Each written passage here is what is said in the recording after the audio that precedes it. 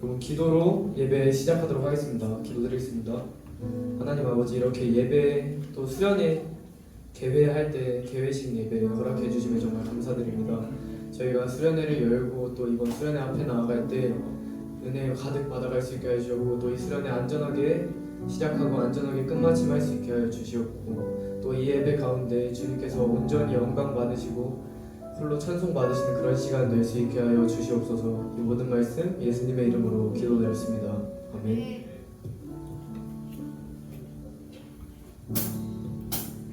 친구야, 우리 함께 걸어나가자. 때론 힘겨워 넘어질지라도 우리 다시 일으킬 그 빛이 있으니, 친구야, 우리 서로 더 사랑하자. 조금 미련해 보일지 몰라도 우리 먼저 보이신 사랑이 있으니, 너와 나 함께 영 앞에 가장 아름다운 선을 만들자. 너와 나 함께 영 앞에 가장 아름다운 선을 만들자. 그의 부르심 따라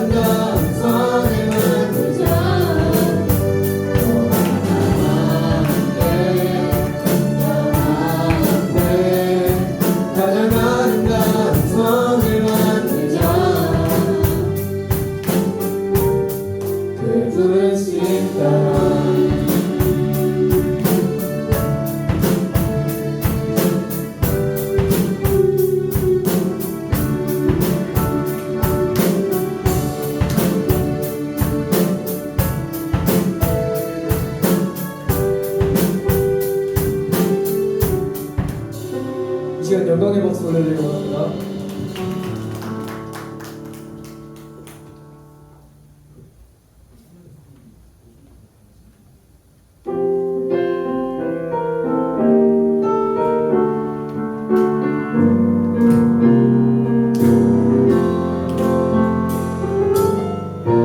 몸은 구주에서 전이니 예수의 밝은 빛 비추며 살리라. 내 안에 계시는 성령님이 내 함께 하시니 기뻐하리로다. 내 몸은 구주의 성전이니 예수의 밝은 빛 비추며 살리라. 내 안에 계시는 성령님이 늘 함께 하시니 기뻐하리로. 어디에 있든지 무엇을 하든지 주 예수의 영이 함께 하시는 세상을 향하여 지니는 교회 되어 내 하루에 한가운데서 주를 높이니 주여 높임을 받으소서. 모든 영광과 찬송을 하나님께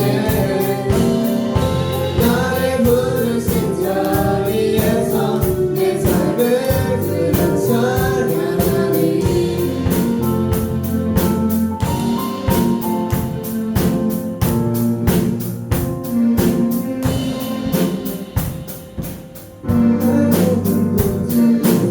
성전이니 예수의 밝은 빛 비추며 살리라.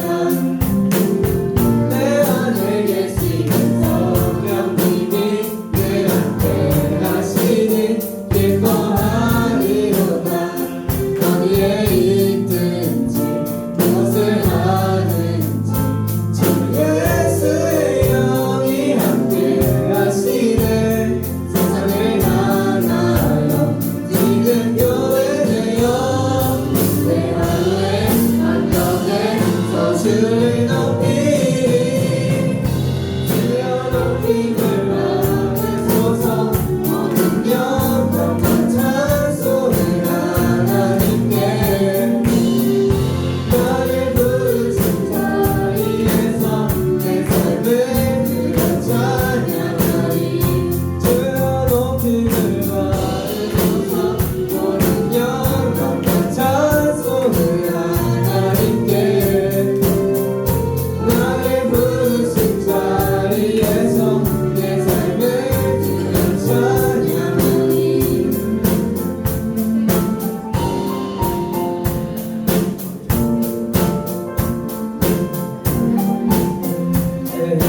걸음이 굳은 걸음으로 내 삶을 보내길 아버지 능력으로 매일의 걸음이 굳은 걸음으로 내 삶을 보내길 아버지 능력으로 매일의 걸음이 굳은 걸음으로 내 삶을 보내길 아버지 능력으로 매일의 걸음이 굳은 걸음으로 내 삶을 보내길 아버지 능력으로.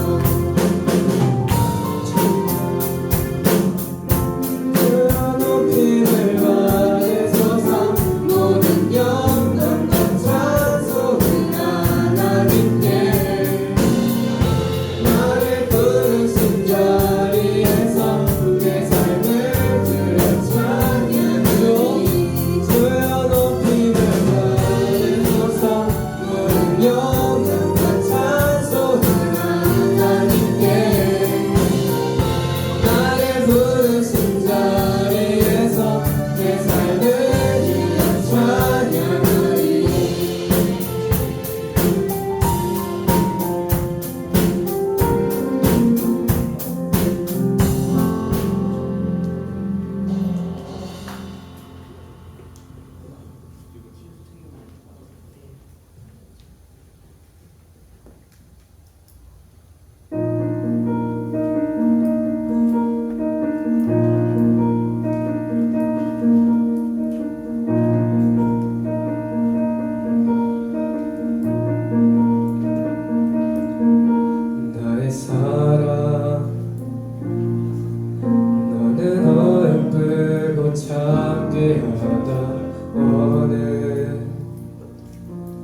보석보다 귀하다.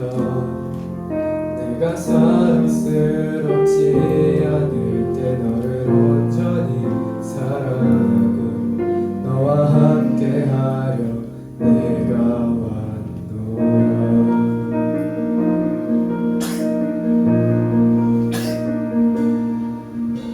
그래서 사랑은 결코 변치 않아. 모든 계절 돌보시네. 푸른 마르고 꽃은 시들나 주의 말씀은 진실해. 실수가 없으신 주만 따라. 주님의 돌아와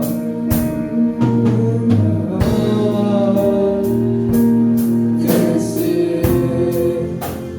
나의 삶 속에 임하시며 주님 알기를 주만 보기를 소망해.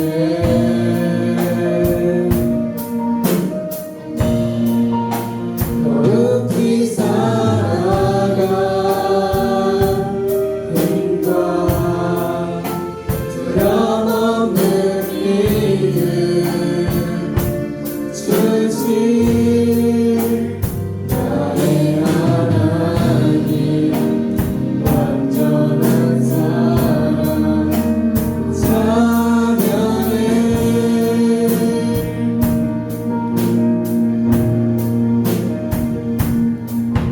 너의 사랑 너는 어렵고 참기하다. 너는 보석보다 귀하다. 내가 사랑스럽지 않을 때 너를 온전히 사랑하고 너와 함께하려 내가 왔노라.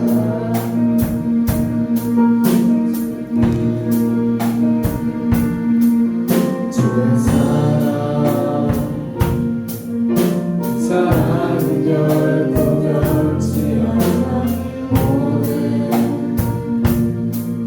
계절 돌보시네. 푸른 마르고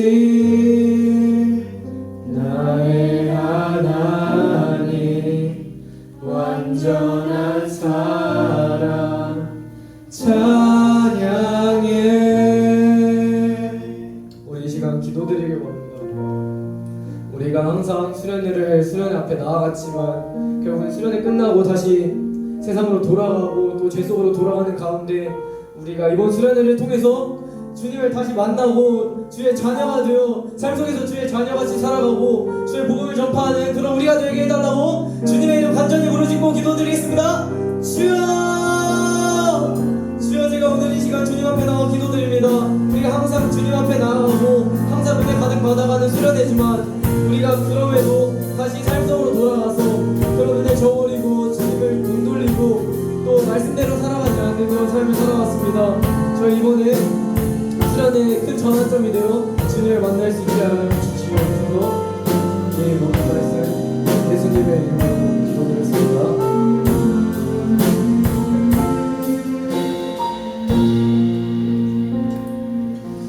주님 감사합니다. 아버지, 오늘도 우리를 허락하여 주셔서 또 귀한 날과 귀한 시간에 주님 앞에 예배로 나아갑니다. 주께서 사랑하시는 우리가 정말로 수련의 기간 가운데 예수님을 인격적으로 만날 수 있는 시간 되게 하여 주시고 주님의 자녀로 산다는 것이 무엇인지 고민하며 주님께서 허락하여 주실 그 답을 보게 되는 귀한 시간 될 수 있도록 함께하여 주시옵소서. 감사드리며 예수님의 이름으로 기도드립니다. 아멘. 네, 광고 먼저 하도록 하겠습니다. 할렐루야. 받았어요. 선생님 이렇게 날렵합니다. 몸은 이래도. 예, 저기 오늘이 그 수련회 떠나는 날이에요. 우리 친구들 뭐 처음 가는 사람도 있을 거고 매년 가는 사람도 있을 텐데 굉장히 떨리죠. 선생님은 여러분들하고 2박 3일 함께 한다는 것 자체가 굉장히 떨리고 기대가 많이 됩니다. 하여튼 작년처럼 선생님이 이번에는 악역을 안 하겠습니다. 절대 소리도 안 지르고 안 믿어요? 예, 선생님이 이제 나이가 드니까 못 하겠더라고. 하여튼 여러분들은 이번에는 선생님이 다 받아들이고 하여튼 여러분들 함께하는 수련회가 되길 원하는데 하여튼 우리 친구들 오늘 중요한 거예요. 이거 꼭 잊지 마시고 중요한 거 말씀드릴게요. 우선은 4시까지 여기 모이시고 그 다음에 조별 선생님은 꼭 아이들 4시까지 올 수 있게끔 체크 좀 꼭 부탁드리겠습니다. 그 다음에 오실 때 그 티셔츠를 저번주에 받으신 친구들이 있을 거예요. 티셔츠는 내일 물놀이 끝나고 나서 이제 단체로 입을 예정인데 그러니까는 가능한 한 챙겨 오시고 입지는 마세요.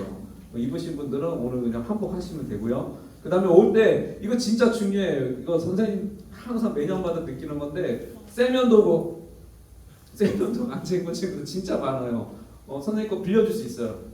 선생님한테 좀 빌려줄 수 있는데 칫솔 같이 쓰긴 그렇잖아. 그러니까 칫솔 갖고 오고 그다음 수건도 좀 빌려줄 수 있는데 좀 그렇잖아. 수건 꼭 갖고 오고 그 다음에 하여튼 그 속옷은 절대 못 빌려줘요. 하여튼 여러분들도 속옷 잘 챙기시고 하여튼 노골적으로 얘기했지만은 정말 걱정돼서 하는 소리예요. 선생님이 항상 매년마다 느끼는 건데 우리 친구들 하여튼 이번에 깨끗하고 정말 하나님께 은혜 받고 정말 하나님께 기쁨으로 영광 돌리는 우리 수련회 됐으면 좋겠습니다.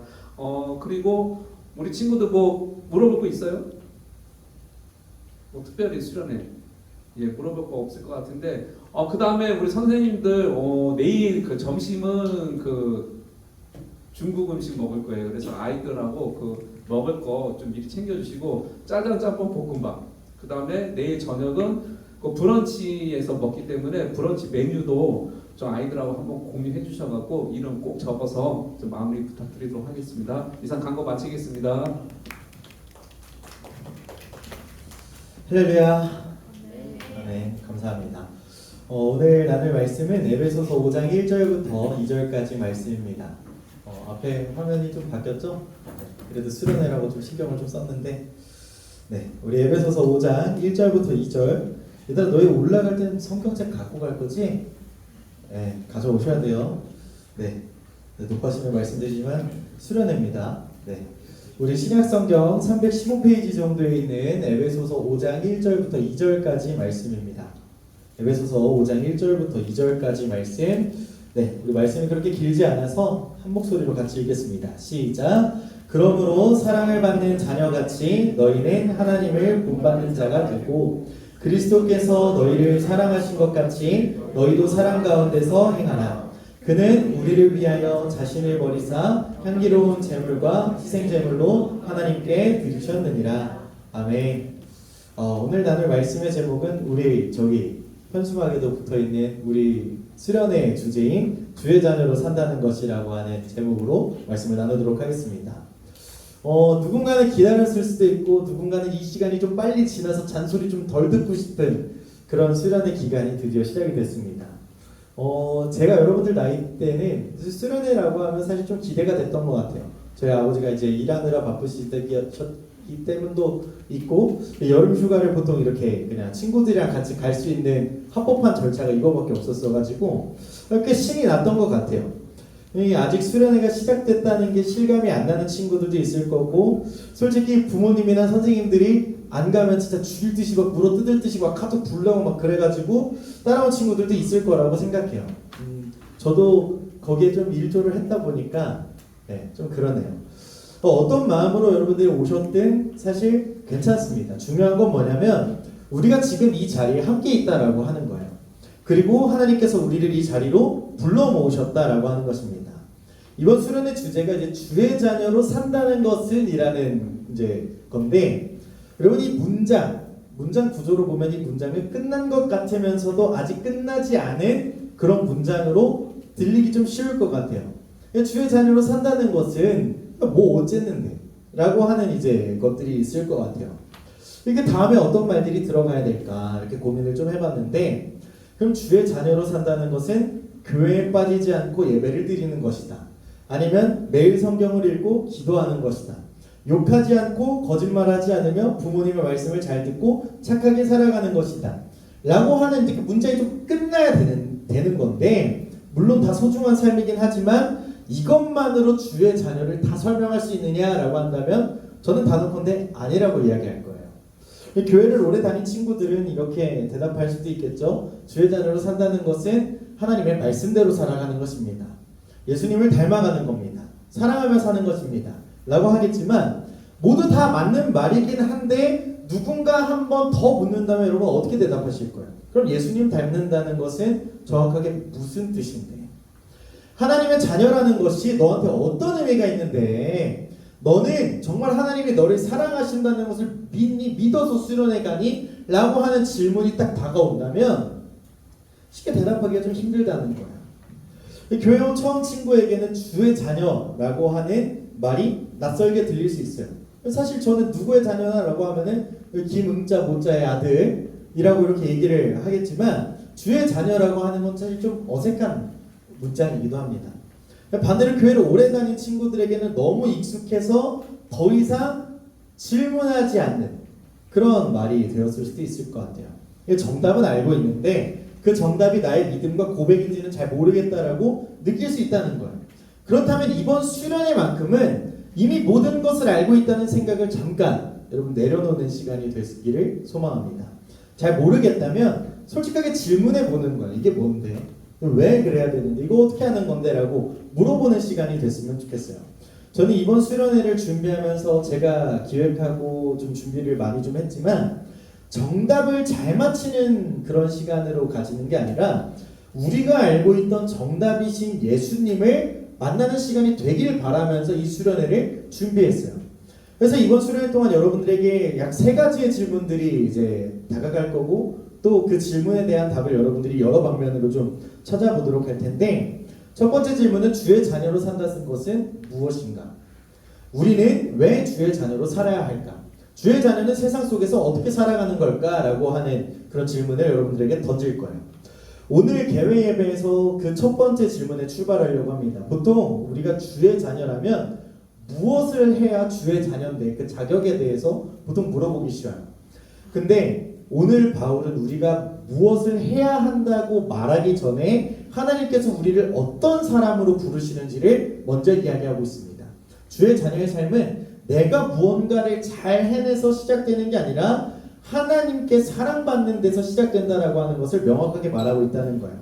오늘 본문을 보면 오늘 본문은 처음에 그러므로 라고 하는 단어로 시작하고 있습니다. 그러므로 여러분 성경을 읽다가 아니면 여러분들 나중에 이제 수능을 보실 거잖아요. 수능을 보시면 어떤 문제 이렇게 쭉쭉쭉쭉 나오다가 그러므로라고 하는 말이 나오면 그 앞의 내용을 살펴봐야 돼요. 여러분 이거 맞히시면 한 3점에서 4점 정도 오를 거예요. 이 내용을 한번 살펴봐야 되는데 이 그러므로는 어떤 뜻이냐면 앞에서 이런 이야기를 했으니 이제 이렇게 바라보십시오 라고 하는 뜻이기 때문이에요. 그렇다면 바울은 앞에서 어떤 얘기를 했는가? 바울은 예수님을 믿는 에베소라는 지역에 있는 교회 성도들에게 오늘 이 에베소서라는 편지를 써서 보내요. 보내는데 이 사람들이 헛짓거리하고 살아가는 거예요. 너희가 새롭게 됐는데 예전 모습 그대로 살아가니까 이전에 살던 방식을 계속 살아가지 말고 옛사람 버리고 새사람을 입고 살아가라. 예수님 믿기 전의 삶과 예수님 믿은 후의 삶은 달라야 한다라고 이야기하는 거예요. 그러면서 뭘 이야기하냐면 여러분 삶을 살아가실 때 거짓말을 못할 수 없겠지만 어느 정도 좀 필요하다고 하겠지만 거짓을 버리고 진실만 말하십시오. 여러분 다른 사람을 무너뜨리는 말 대신에 사람에게 은혜를 끼치는 말을 하십시오라는 말들을 계속 적고 있어요. 그러니까 주의 자녀로 산다는 것이 어떤 모습이 나타나야 되는지에 대해서 이렇게 이야기하고 있다는 거예요.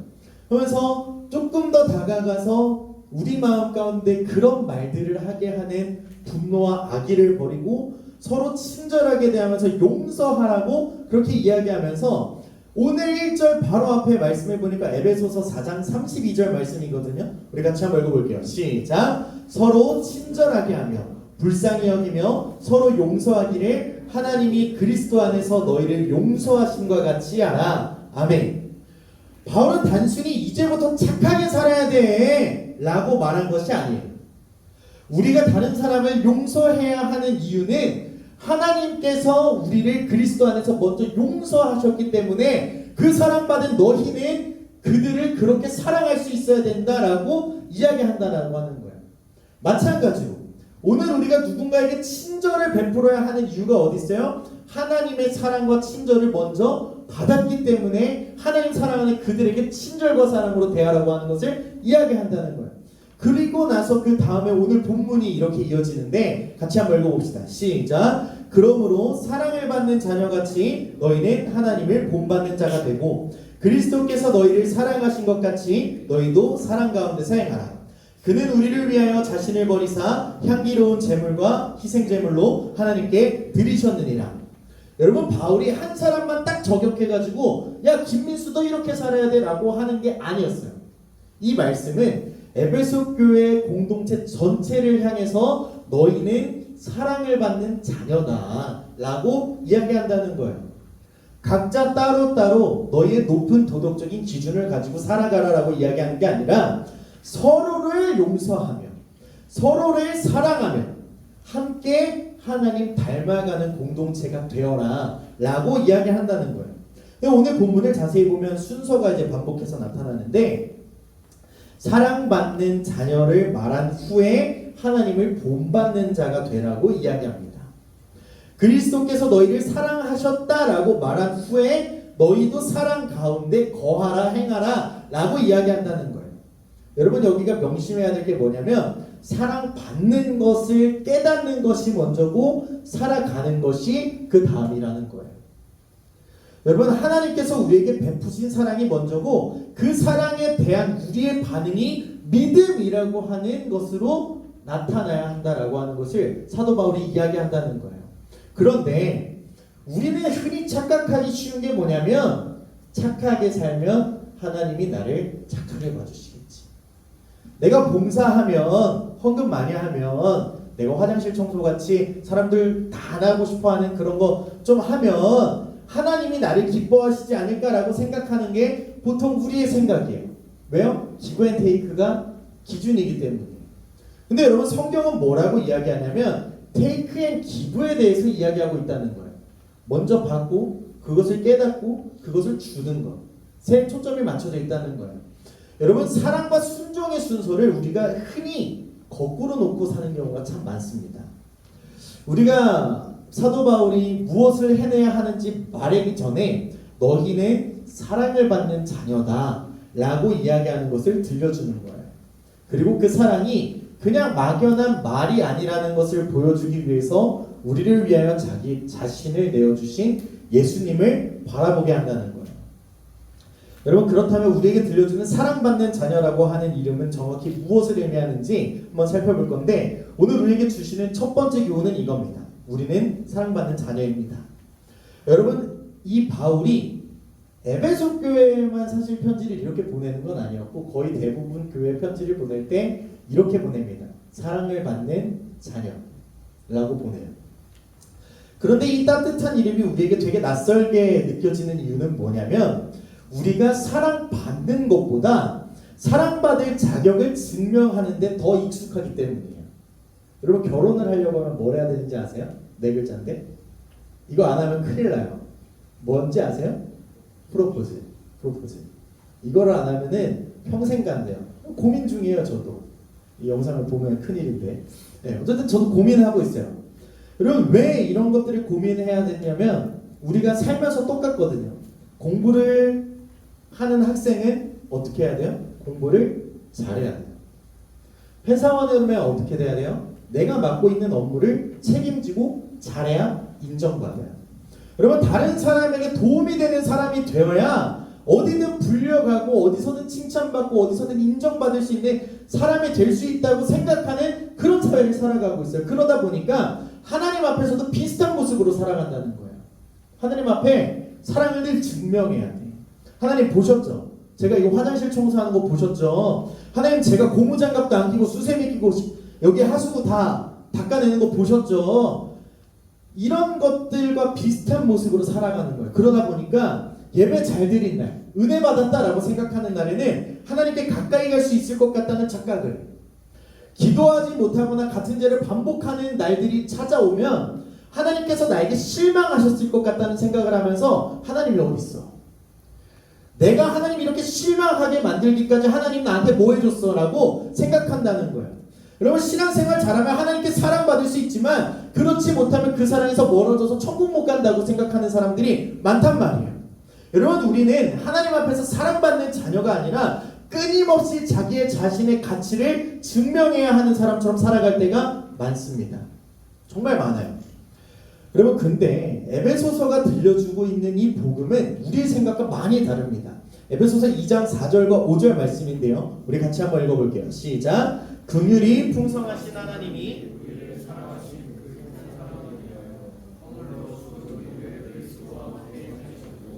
너희는 은혜로 구원을 받은 것이라. 여러분, 하나님께서 우리를 사랑한다 하시는데 언제 사랑했다고 말씀하고 계십니까? 우리가 죄를 모두 해결하고 좋은 사람이 됐을 때 우리를 사랑하신 게 아니에요. 오늘 본문을 보니까 허물로 죽은 죽을이 아니라 죽은, 이미 죽은 상태의 우리를 살리시면서 사랑하셨다라고 하는 거예요. 살아 숨쉬면서 뭔가 기깔난 옷을 입고 뭔가 보기에 멋있는 행동을 하고 뭔가 보기에 칭찬받을 만한 행동을 해서 사랑한 게 아니라 허물로 죽은 그 모습 그대로를 사랑한다고 하신다라고 하는 거예요. 여러분, 우리가 허물과 죄로 죽고 스스로 하나님 앞에 나아갈 수 없을 때 하나님이 먼저 찾아와 사랑해 주신 것, 이것을 우리는 복음이라고 이야기합니다. 이 말씀에서 먼저 행동하신 분이 있어요. 우리입니까? 아니에요.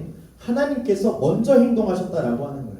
여러분, 우리가 먼저 하나님을 찾아간 게 아니에요. 우리가 먼저 사랑을 증명한 게 아니에요. 하나님이 먼저 찾아오셨고 먼저 사랑해 주셨다라고 하는 거예요. 여러분, 우리 스스로 숨쉬면서 살아간 것이 아니라 하나님께서 그리스도와 함께 우리를 살려주셨다라고 하는 것을 이야기하는 거예요. 여러분, 에베소서 1장을 보니까 바울이 이렇게 이야기합니다. 하나님께서 예수 그리스도로 말미암아, 예수 그리스도로 인하여, 예수님 때문에 우리를 자녀 삼으셨다 라고 이야기한다는 거예요. 여러분, 우리가 하나님의 자녀가 된 것이 여러분 부모님 뱃속에 있을 때부터 교회 다녀서가 아니에요. 저처럼 마이크 잡고 설교한다고 해서 주의 자녀가 됐다라고 얘기할 수 없다는 거예요. 여러분, 교회를 오래 다녔기 때문이 아니라, 부모님이 예수를 믿어서가 아니라, 마이크 잡고 멋있는 말을 할 수 있어서가 아니라, 성경에 관한 정답을 많이 알아서가 아니라, 다른 사람보다 착하거나 믿음이 좋아서가 아니라, 우리를 사랑하신 예수님으로 인하여 그분이 우리를 위하여 자신을 내어주셨기 때문에 죄로 멀어졌던 우리가 하나님께 가까이 다가갈 수 있게 됨으로 우리는 하나님의 자녀가 되었다 라고 선포된다는 거예요. 사랑하는 여러분, 꼭 잊지 않으셨으면 되는 한 가지가 있는데, 하나님은 우리의 죄를 용서하신 후에 문 밖에 세워두지 않으셨다는 것을 꼭 기억하셨으면 좋겠습니다. 여러분, 하나님은 우리를 가족으로 받아주시면서 우리에게 호칭을 새롭게 하시는데, 예전까지는 주여, 주인님, 하나님 이렇게 불렀다면 이제는 아버지라고 부를 수 있게끔 바꿔주셨다라고 하는 거예요.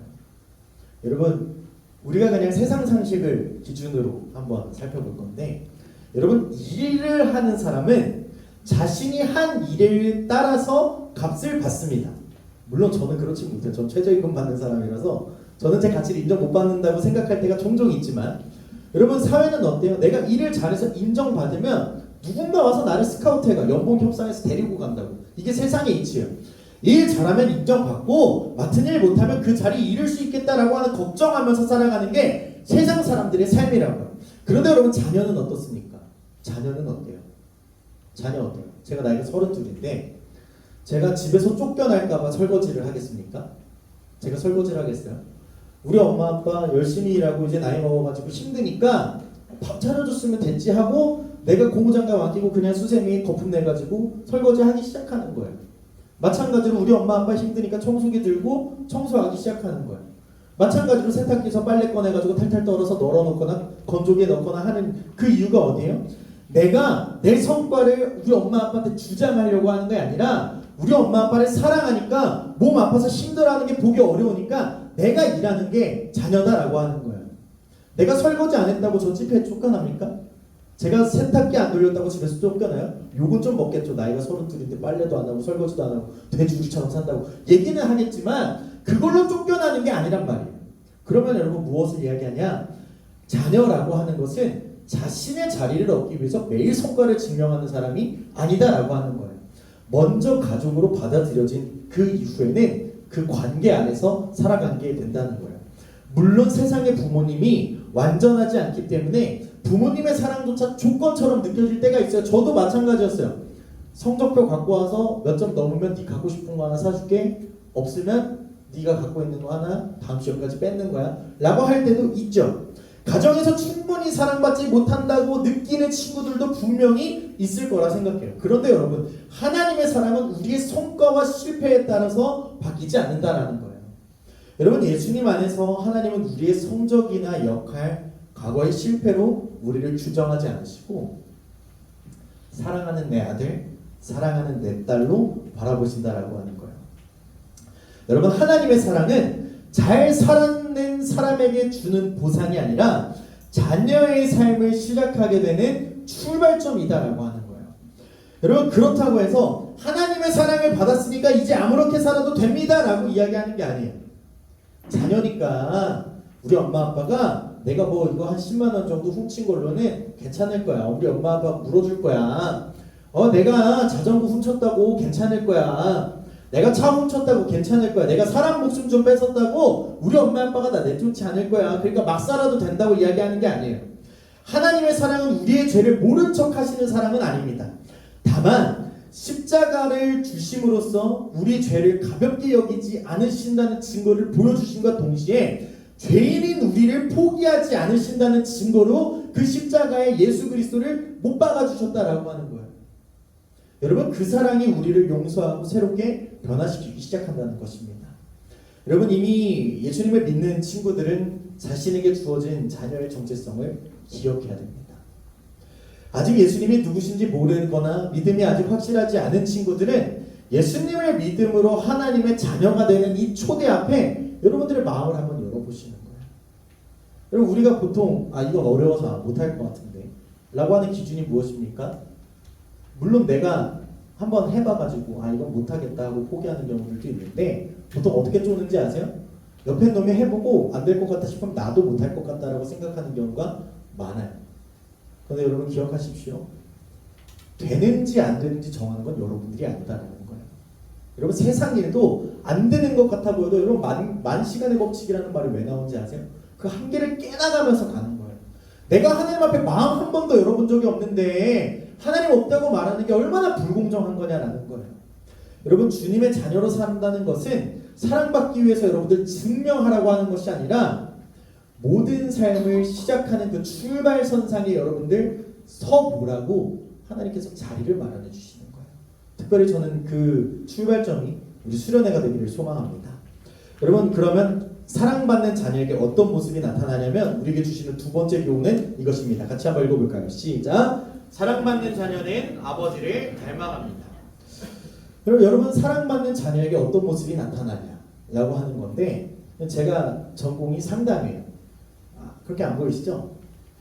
인상이 더럽게 생겨가지고 상담한 줄 모르시는 분들이 좀 있는데 상담을 이렇게 보통 이렇게 하다 보면은 보통 두 부류의 사람이 분류가 간단하게 됩니다. 어떤 얘기를 하는 사람과 어떤 얘기를 하는 사람이냐면 나는 죽었다 깨어나도 우리 엄마 아빠처럼은 안 살고 싶어요 라고 이야기하는 사람과 나는 우리 엄마 아빠만큼만 좀 살았으면 좋겠어요 라고 이야기하는 사람들이 있습니다.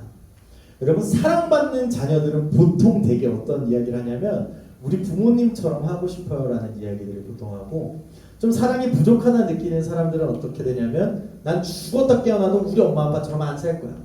우리 엄마 아빠 닮기 너무 싫어라고 이야기할 거예요. 그래서 여러분 너 엄마 닮았어 너 아빠 닮았어 할 때 딱 표정 보면 이 자녀가 부모와의 관계가 어떤지 대강 보인단 말이에요. 이 자주 듣고 보고 함께한 모습이 자기도 모르는 사이에 사실 나타난다는 겁니다. 그래서 사도 바울은 이렇게 이야기하는 거예요. 5장 1절인데 제가 읽어드릴게요. 그러므로 사랑받는 자녀같이 너희는 하나님을 본받는 자가 되고 사랑받은 자들은 그 사랑을 주는 사람을 따라가게 되어 있어요. 하나님을 본받는다는 것은 무슨 뜻이냐? 하나님이 모든 것을 알고 전지전능하신 것을 할 수 있는 그런 사람이 되라는 뜻이 아니라 너에게 천지를 창조해라 하나님과 같은 사람이 되어라 존재가 되어라 라고 이야기하는 게 아니라 그렇게 살 수 있다고 이야기하는 게 아니라 여러분 오늘 앞에 말씀과 오늘 본문을 보면 사도 바울이 뭘 이야기하냐면 하나님이 너희를 친절하게 대하셨듯이 너희도 하나님이 사랑하시는 그들에게 친절을 베풀어라.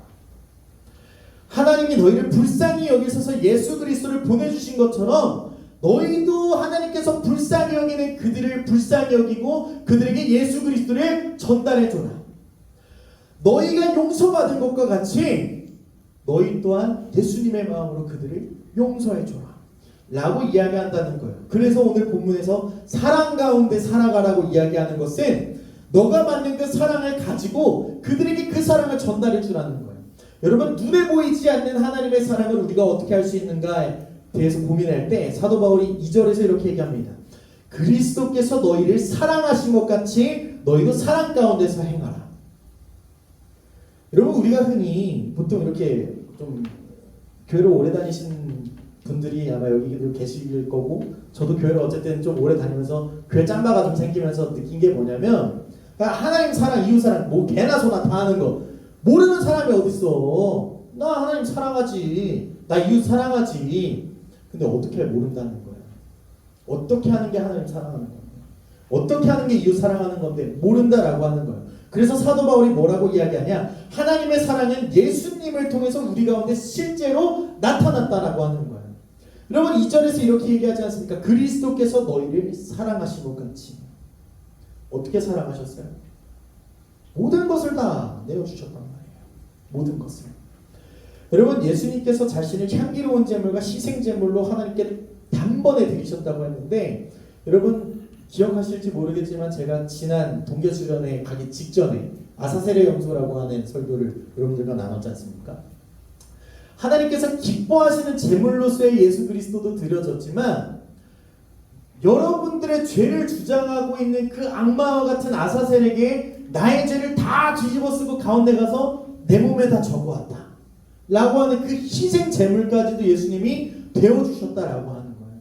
여러분 필요하다면 그것까지 하는 사랑이 예수님 사랑이라는 거예요. 여러분 예수님이 하나님 뜻에 순종하여 우리를 위해서 자신을 온전히 내어주시고 하나님께서 그 희생을 기쁘게 받으셨다고 한다면 여러분 우리가 해야 할 사랑의 윤곽선이 이렇게 보인다라고 하는 거예요. 여러분 우리는 사실 그냥 여러분 톡 까놓고 얘기할게요. 제가 여러분들을 위해서 머리에 손 얹고 딸아 네가 나음을 입었도다 라고 얘기하면 여러분들 뭐 병이 나으시겠어요?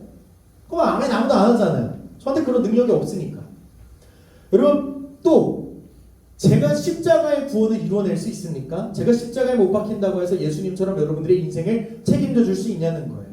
제가 여러분들을 구원해낼 수 있냐는 거예요. 그런데 그렇게 할 수는 없지만 구원에 오직 예수님께서 이루신 것을 고백하며 그것을 나 자신을 지키는데 머무르지 않고 우리를 향해 자신을 내어주신 그 예수님의 사랑의 방향을 따라가는 것이 우리의 사랑법이다라고 하는 거예요. 사랑하는 여러분, 우리가 하나님을 닮는 방법은 마음대로 하나님의 모습을 상상하는 것이 아닙니다. 하나님이라면 이렇게 하셨겠지, 예수님이라면 이렇게 하셨겠지. 여러분 그 방법이 틀렸다라고 하는 것은 아니지만 성경에 기록된 예수님의 사랑의 흔적을 찾아가면서 사랑하는 것이 우리의 사랑이라는 거예요. 여러분 말씀에 기록된 예수님의 모습을 한번 보십시오. 예수님이 그들을 긍휼히 여기셨다고 기록하는 표현들이 종종 나오는데 그 표현이 원어를 보면 어떤 표현이냐면 그 아픔에 상자가 끊어질 것과 같은 고통을 느끼는 게 긍휼히 여기셨다는 표현으로 번역이 되고 있어요. 여러분 예수님 어떤 분이신지 어떤 마음으로 사람을 만나셨는지 무엇을 위해 자신을 내어주셨는지 말씀을 통해서 발견하는 작업들이 중요하다는 거예요. 그래서 이것을 사랑 가운데서 거하라 행하라 라고 하는 표현으로 사도 바울이 이야기했다는 거예요. 사랑하는 여러분, 여기서 행한다 라고 하는 것은 그냥 지금 한번 좋은 일 하라는 뜻이 아니에요. 지금 한번 길 가고 있는 어르신의 그 종이 박스 수레를 뒤에서 잠깐 밀어주는 걸로 끝나라고 하는 말이 아니에요. 길을 걷듯이 매일의 삶을 살아간다라고 하는 것을 행한다라고 이야기를 한다는 것입니다. 여러분 예배 드릴 때만 하나님의 자녀처럼 행동하라는 것이 아니라 학교와 가정에 보내신 평범한 시간에도 사랑을 삶의 방향으로 살아가는 것이 예수님 사랑이다라고 하는 거예요. 여러분 예수님이 오병이어의 기적을 발휘하시고 예수님이 병자들을 낫게 하신 이후에 주머니에 손 넣고 야 배고프니까 사람 다 꺼지라 그러고 나 오늘 호텔방에서 자야겠어. 다 비키라 그래. 다 방 빼라 그래. 나 조용히 혼자 있고 싶으니까 그 있는 사람들 다 빼라 그래. 이렇게 얘기하신 게 아니라 그 기적을 행하고 본인의 삶에 그 본인의 사역을 감당하는 모든 순간순간마다 마주치는 이들에게 사랑과 은혜와 평강을 허락해 주셨다라고 하는 거예요. 여러분 그 삶이 저는 이번 수련회 안에서 시작될 수 있을 거라고 생각합니다. 함께 지내다 보면 다른 사람의 말과 행동 때문에 불편해지는 순간들이 찾아와요. 곧바로 내 감정대로 대응하기 전에 한번 질문해 보는 거죠. 예수님께서 나를 어떻게 사랑하셨을까? 내가 이 사람의 이 말과 이 행동에 어떻게 반응해야 될까? 지금 내 모습에 예수님의 사랑이 나타나고 있을까? 를 고민해 보라는 거죠. 여러분 이 질문을 떠올리는 것이 하나님을 닮아가는 작은 시작이 될 줄 믿습니다. 물론 우리가 자기의 힘으로만 우리의 힘으로만 완벽하게 하나님을 닮아갈 수 없을 거라고 저는 생각을 하고 저 또한 무단히도 노력을 했지만 여전히 성격도 더럽고 인상도 더럽고 여전히 저는 뭔가 해낼 수 있는 자격 있는 사람은 아닌 것 같아요. 그래서 바울은 바로 앞에서 우리 안에 계시는 성령님을 근심하게 하지 말라 라고만 이야기한다는 거예요. 사는 여러분 하나님을 닮아가는 변화는 우리의 의지만으로 만들어내는 것이 아니라 성령님께서 우리가 받은 사랑을 기억하게 하시고 이전과 다른 말과 행동을 선택할 수 있도록 우리를 변화시켜 주신다는 것입니다. 우리 사랑하는 우리 오한마 공동체 여러분 기억하십시오.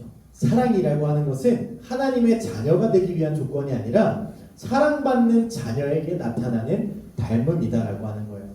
그래서 잊지 마셔야 되는 것은 사랑이 먼저고 믿음으로써 닮아가는 삶은 그 사랑의 열매다라는 것입니다. 여러분 주님의 자녀로 산다는 것은 완벽한 사람처럼 행동하는 것이 아니라 말씀에 기록된 예수님의 모습을 바라보면서 오늘 내 삶의 한 걸음을 그 사랑의 방향을 통해서 향해서 내딛는 것이다 라고 하는 거예요. 우리 말씀을 정리하겠습니다. 우리 사랑하는 우리 오한마 공동체 여러분, 우리가 설교를 시작하면서 아직 끝나지 않은 문장 하나를 함께 살펴봤어요. 어떤 문장이었냐면 주의 자녀로 산다는 것은 이라는 문장이었습니다. 보통 문장은 이제 주어가 나오면 동사가 나와서 이제 좀 끝맺음이 있어야 되는데 오늘 사도 바울이 문장의 출발점을 알려주는 거예요. 주의 자녀로 산다는 것은, 사랑하는 여러분, 주의 자녀로 산다는 것은 예수님 안에서 사랑받는 자녀임을 믿고 그 사랑을 따라 살아간다는 것입니다. 세상이 인정을 안 할 수는 없겠죠. 세상이 인정하기도 힘들고 세상이 뭔가 그것을 권장하려고 하지도 않을 거예요. 여러분, 저는 날마다 여러분들 앞에 이렇게 마이크를 잡고 설 때마다 참 저의 나약함과 저의 허무함을 참 마주하는 시간들이 있는데, 오늘 한 번의 설교로 우리 삶의 어떤 문제에 대한 답을 찾을 수 있으면 얼마나 좋을까.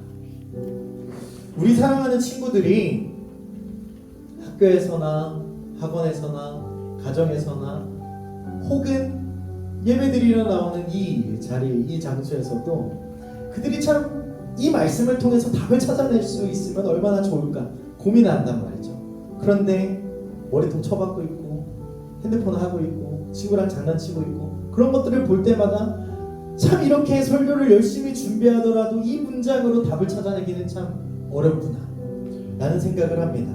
어쩌면 제가 정말로 고생하면서 밤을 지새우고 밥을 못 먹으면서 준비했던 이 수련회가 끝나도 여전히 여러분들 우리는 더 질문하고 배워야 할 것들이 남아있을 거예요. 여러분, 주의 자녀로 산다는 것은 한 번 정답을 외우고 끝나는 문제가 아니라 평생을 예수님을 알아가면서 삶으로 대답해야 되는 질문이기 때문에 이 문장이 끝날 수가 없는 거예요. 그러나 여러분, 그 삶이 어디서 시작되는지는 참 분명합니다. 내가 사랑받을 자격을 증명하는 데서 시작되는 게 아니라 예수님 안에서 나를 먼저 사랑하신 하나님의 그 부르심에, 그 출발선상에 마음이 열렸든 안 열렸든 일단 서보는 거예요. 그 사람이 믿어지는지 안 믿어지는지 내가 잘 모르겠지만 왜 이렇게 빗대를 세우면서 저 앞에 있는 저 아저씨는 이렇게 얘기를 하는지, 약 2000년이 지나서 중동에서 시작된 어떤 종교가 왜 2026년 대한민국 서울 항동을 살아가는 나에게 와서 그것이 진리라고 이야기를 하는지 분명하지 않습니까? 사람들이 다 단체로 미쳐가지고 이 길을 걸어가는 건 아닐 거 아니냐는 거예요. 여러분, 우리는 사랑받은 자격을 증명하는 데 시작되어 있는 것이 아닙니다. 우리는 그저 출발선에 남들과 동등하게 한번 서보는 것 뿐이에요. 이미 예수님을 믿는 친구들은 우리에게 주어진 자녀의 정체성을 다시 한번 기억했으면 좋겠고, 아직 예수님이 누구신지 잘 모르거나 믿음이 확실하지 않은 친구들은 모르는 거 괜히 아는 척하지 마세요. 괜히 꺼들거리지 마세요. 모르면 모르는 대로 주님 앞에 무릎 꿇고 가는 거예요. 마음 열어보는 거예요. 이게 똥인지 된장인지 알아맞히는 방법은 장독대 열어서 냄새 맡아보고 찍어 먹어봐야 그게 똥인지 된장인지 안다는 거예요. 여러분, 저는 예수님 믿고 싶지만 잘 믿어지지 않는다면 여러분 그 마음까지도 하나님 앞에 솔직하게 이야기했으면 좋겠어요. 하나님, 내가 도저히 당신이 믿어지지 않는데, 도저히 당신이 날 사랑했다는 그 말을 내가 믿기지가 않는데 증명 좀 해보시라고. 당신 그렇게 무능하신 분 아니지 않냐? 여러분, 따지셔도 좋으니까 저는 그렇게 여러분들 했으면 좋겠어요. 저는 이번 수련회의 목표가 여러분 방언 터지고 이런 데 있지 않아요. 여러분이 뜨겁게 눈물을 흘리거나 그런 게 아니에요. 제 목표는 그게 아닙니다. 여러분, 제 목표는 여러분들 가운데 특별한 감정을 만들어내는 게 아니에요. 그렇다고 아무런 기대 없이 준비한 프로그램들은 아니지만 적어도 내 친구에게 마음 여는 것처럼, 적어도 내 마음 통하는 사람에게 마음 여는 것처럼 하나님 앞에 마음 한번 열어보자라고 하는 거예요. 여러분, 하나님의 말씀은 때로는 우리의 마음을 강하게 흔들기도 하고 때로는 아주 조용히 마음 깊은 곳에 자리하기도 합니다. 중요한 것은 뭐냐면 다른 친구와 똑같은 경험을 하는 게 하나님을 만났다라고 하는 증명이 아니라 말씀하시는 하나님 앞에 내가 진실하게 서는 것이 우리의 목표라는 거예요. 여러분, 그래서 이번 수련회의 시작을 여러분들 이렇게 기도했으면 좋겠는데, 하나님, 저 아직 잘 모르겠지만 마음을 열고 가겠습니다. 출발선상에 한번 서보겠습니다. 말씀을 통해서 예수님을 만나고 제가 사랑받는 자녀라고 하는 사실 안 믿겨지는데 믿어지게 하여 주십시오 라고 기도하는 게 제 이번 수련회 내내의 목표예요. 그리고 그 목표가 여러분들에게 흘러가게 되기를 소망합니다. 여러분, 이 솔직한 기도가 수련의 시작이 되기를 원합니다. 여러분, 이번 수련회 동안 다른 거 생각하지 마세요. 다른 거 생각하지 마시고 주의 자녀로 산다는 것을, 이 문장 하나가 여러분들 마음 가운데 남아서 내가 누군데, 그 문장 뒤에 여러분들이 쭉 써내려 가시는 거예요. 답안지 적듯이. 내가 누구인가? 내가 어디서? 내가 언제? 어떻게? 무엇을? 왜? 이걸 6화원칙으로 여러분 적어보시는 거예요. 여러분들 삶에서. 그리고 여러분 수련회가 끝날 때 주의 자녀로 산다는 것은 이라고 하는 이 뒤에 정답으로만 설명하는 것이 아니라 여러분 자신의 믿음을 고백하게 되는 저와 여러분들이 되시길 간절히 소망합니다. 여러분, 주의 자녀로 산다는 것은 예수님 안에서 사랑받는 자로서 나를 사랑하신 하나님을 닮아가는 것입니다. 저는 이번 수련회 이 문장 하나가 우리의 말뿐만이 아니라 삶으로 완성해 나가는 새로운 출발점이 되기를 소망하며, 사랑하는 여러분, 그 사랑으로 하나님 닮아서 야, 너 우리 아버지 닮았다 라고 하는 정말 최고의 찬사를 받는 저와 여러분들이 되기를 간절히 소망합니다.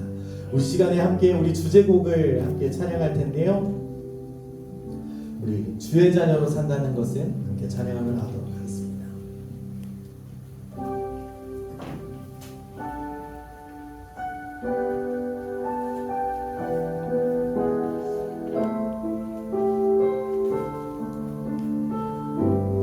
주의 자녀로 산다는 것은, 주의 자녀로 산다는 것은 불 가운데로 걸어가는 것, 그 속에서 신실하게 날 지키시는 그 손길을 경험하는 것. 2절입니다. 주의 자녀로 산다는 것은 바다 위로 걸어가는 것, 내 온몸을 덮쳐오는 폭풍 속에서 잠잠히 주 바라보는 것, 때론 불 가운데 휩싸일 때도, 폭풍 가운데 무너질 때도 주님 내 곁에 함께 하시네. 가장 가까이에 함께 하시네. 시간 관계상 사실 4절까지 다 고백하고 싶은데요, 우리 함께 통성으로 좀 기도했으면 좋겠습니다. 사랑하는 우리 오한마 공동체 여러분, 오늘 말씀을 붙들고 한 가지 제목으로 함께 기도하며 나아갈 텐데, 오늘 우리는 주님의 자녀의 삶이 내가 무엇을 해내는 데서 시작되는 게 아니라 예수님 안에서 나를 먼저 사랑하신 하나님의 사랑을 믿는 데서 시작된다는 그 말씀을 들었습니다. 여러분, 멋있는 말로 기도하지 않아도 됩니다. 다른 사람의 기도를 따라하려고 애쓰지 않아도 되고, 하나님께서 지금 듣고 싶은 꾸며낸 정답이 아니라 여러분 솔직한 우리의 마음을 고백했으면 좋겠어요. 하나님, 제가 여기 있습니다. 아직 제가 잘 모르겠지만 제 마음을 주님 앞에 열겠습니다. 말씀을 통해서 예수님 만나게 하여 주시옵소서 라고 우리 각자의 자리에서 하나님을 간절히 찾으며 우리 목소리 내어 주님의 이름을 간절히 부르짖고 함께 통성으로 기도하며 나갑시다. 주여, 주님 감사합니다. 하나님, 우리 마음 가운데 사랑받기 위해 나를 증명하려는 마음이 있습니다. 그 마음을 내려놓고 예수님 안에서 사랑받는 자녀라는 사실을 깨닫게 하여 주시옵소서. 하나님의 사랑이 다른 사람만을 향한 사랑이 아니라 바로 여기 있는 나를 위한 사랑이라는 것을 믿게 하여 주셔서, 하나님 은혜의 자리에서 멀리 서 있지 않도록 하나님 내 마음을 닫고, 하나님 어디 있어? 하나님 언제 나를 사랑한다 했어? 라고 하나님 따지더라도 우리의 솔직한 마음과 우리의 솔직한 감정으로 주님 앞에 나아가게 하여 주시옵소서. 하나님, 이번 수요일 동안 말씀 가운데 주님을 인격적으로 만나고 내가 사랑받는 자녀임을 믿으며 나아갈 수 있는 귀한 우리 될 수 있도록 함께 하여 주시옵소서. 사랑하는 하나님, 감사드립니다. 서로 다른 마음으로 이 자리에 왔겠지만 우리를 한 자리로 불러 모아 오늘 수련회를 시작하게 하여 주시니 감사드립니다. 하나님, 우리는 사랑받기 위해 더 잘해야 하고 우리의 가치를 증명해야 한다고 생각하며 살아갈 때가 참 많습니다. 그러나 오늘 말씀을 통해 우리가 무엇을 해내기 전에 예수님께서 우리를 먼저 사랑하시고 자신을 내어주셨다는 사실을 말씀을 통해 알게 해주시니 감사드립니다. 이 말씀이 익숙한 정답으로만 남게 하지 않고 하나님, 모든 순서들 가운데 우리 닫힌 마음 열어주시고 말씀에 기록된 예수님의 모습을 발견하게 하여 주시옵소서.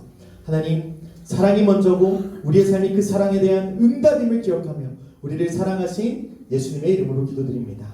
아멘. 네, 함께 영광의 박수 올려드리겠습니다. 네, 바로 유년부 예배가 다음에 있어서요. 바로 몇 가지만 광고할 텐데요. 이따가 여러분들 4시까지 이 자리로 와주시면 됩니다. 말씀하셨듯이 여름이다 보니까 여러분들 땀나잖아요. 그러니까 냄새나요. 네, 제가 사랑으로 여러분들 품어주고 싶지만 여러분들 냄새는 좀 힘듭니다. 그러니까 씻는 것들, 또 세면도구들 잘 챙겨오시고 이따가 4시에 같이 모여서 출발하도록 할 테니까요. 잘 준비해 주시고 이따 만나도록 하겠습니다.